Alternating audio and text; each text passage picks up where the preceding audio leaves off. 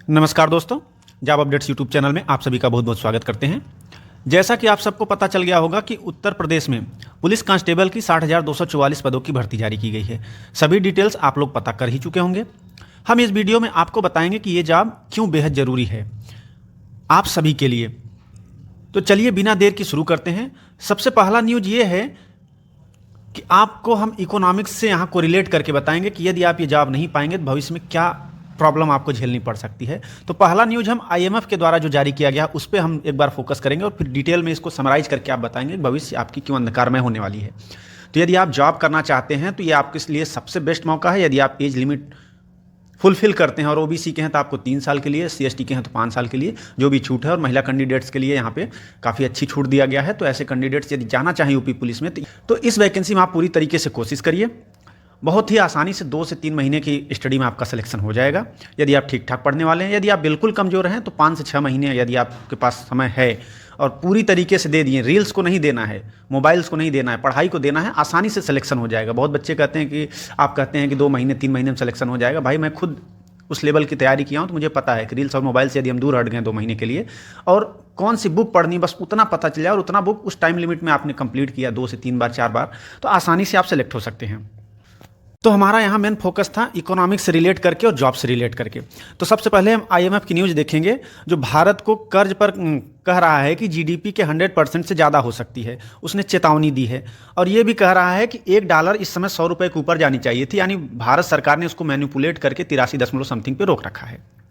इसके साथ जो अगली न्यूज है कि इंडिया पे जो टोटल डेप्ट है वो 155.6 लाख करोड़ पहुंच चुकी है, जबकि पिछले 70 साल की हम बात करें तो वो 58.6 लाख करोड़ ही थी। यानी कि अप्रॉक्स यहाँ पे अगर देखा जाए तो लगभग 98 लाख, यानी जस्ट डबल इतना ज़्यादा कर्ज इंडिया ने अब तक ले रखा है।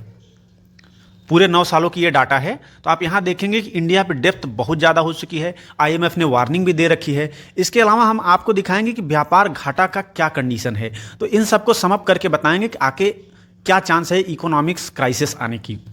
यहाँ पे एक पॉइंट और नोटिस करने वाली है, जो आईएमएफ ने डाटा वार्निंग दी है कि आपका जो जीडीपी का 100% आप जो है डेप्थ कंसर्न हो चुकी है। इन्होंने वार्निंग दिया है, इन्होंने लिखा है कि वांस इंडिया ऑन डेप्थ कंसर्न से it may be exceed 100% of GDP, जबकि हमने टोटल जीडीपी का कितना लोन लिया है 57.1%, और आईएमएफ कह रहा है कि हमने कितना ले लिया है 100%, यानी कि हम अपनी जीडीपी को रॉन्ग वे में प्रेजेंट कर रहे हैं।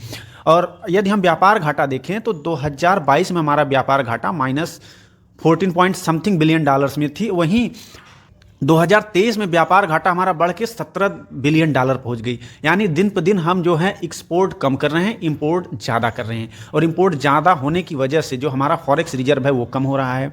ठीक है, और हमारी इकोनॉमिक्स जो है वो बहुत अच्छी कंडीशन में नहीं चल रही। आप सुबह उठने से सबसे पहले तो आपको हम एक डाटा बताएं कि 2014 से पहले हम मैक्सिमम टैक्स 5% 10% तक देते थे, इससे ज़्यादा नहीं 12% हुआ करती थी। लेकिन इस समय जो हम टैक्स दे रहे हो 28% तक दे रहे हैं।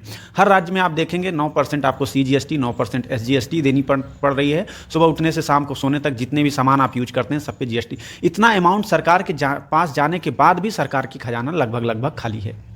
और अगर रोड टैक्स की बात कर लें तो पहले इतने वाहन नहीं चलते थे जितना अब चल रहे हैं। तो रोड का तो इंफ्रास्ट्रक्चर बढ़ रहा है, लेकिन टैक्सेशन इतना ज़्यादा हो गया है, फिर भी पैसे की कमी किल्लत झेल रही है और हम कर्ज पे कर्ज ले रहे हैं इतना टैक्सेशन होने के बाद भी। आप स्क्रीन पे देख सकते हैं हमारा ट्रेड डाटा है, जिसमें आप देख सकते हैं करंट टाइम में हम $17.08 बिलियन का हमारे को माइनस में जा रहे हैं, यानी घाटा हो चुका है, जबकि पिछले साल केवल 14, यानी $1 बिलियन यूएसडी बहुत ज़्यादा होती है। यहाँ तो हम $17 बिलियन चले गए। 1 बिलियन की कीमत इतनी हाई है तो 17 बिलियन तो बहुत हाई होती है। पिछली बार हमारा जो व्यापार घाटा था वो अप्रॉक्स $14.52 बिलियन थी। तो अगर हम सम अप करें, साथ में हम आपको ये भी बता दें कि रिजर्व फंड से 1.7 लाख करोड़ रुपए सरकार ने रिजर्व फंड से भी निकाल लिया है। यानी कि रिजर्व फंड में भी बहुत ज़्यादा भी पैसे नहीं बचे हैं और साथ में सरकार वहाँ से निकाल भी रही है। तो सबको यदि सम अप करके देखा जाए तो कभी भी इकोनॉमिक क्राइसिस आ सकती है। तो यदि आप किसी गवर्नमेंट जॉब को पा जाते हैं तो एक आपको स्टेबिलिटी मिल जाती है कि क्राइसिस आने के बाद भी आपको 10%, 20%, 50% आपको सैलरी किसी भी स्थिति में प्रोवाइड की जा सकती है। तो इसलिए ये जो वैकेंसी आई है आप सबके लिए बहुत ही ज़रूरी है। आप लोग यूपी पुलिस की तैयारी करिए, विदाउट रील्स देखे, विदाउट मोबाइल पे इंटरनेट पे सफरिंग करके टाइम वेस्ट किए। तो हमारी आप सबके साथ बहुत बहुत शुभकामनाएं हैं। यदि आप एलिजिबल हैं तो इस फॉर्म को ज़रूर अप्लाई करें और एक स्टेबल नौकरी पाने की कोशिश करें। यदि ये वीडियो आपके काम की थी तो इसको लाइक कर दें और ऐसे इन्फॉर्मेशन पाने के लिए हमारे चैनल को सब्सक्राइब कर लीजिए। वीडियो देखने के लिए सभी छात्रों का बहुत बहुत धन्यवाद।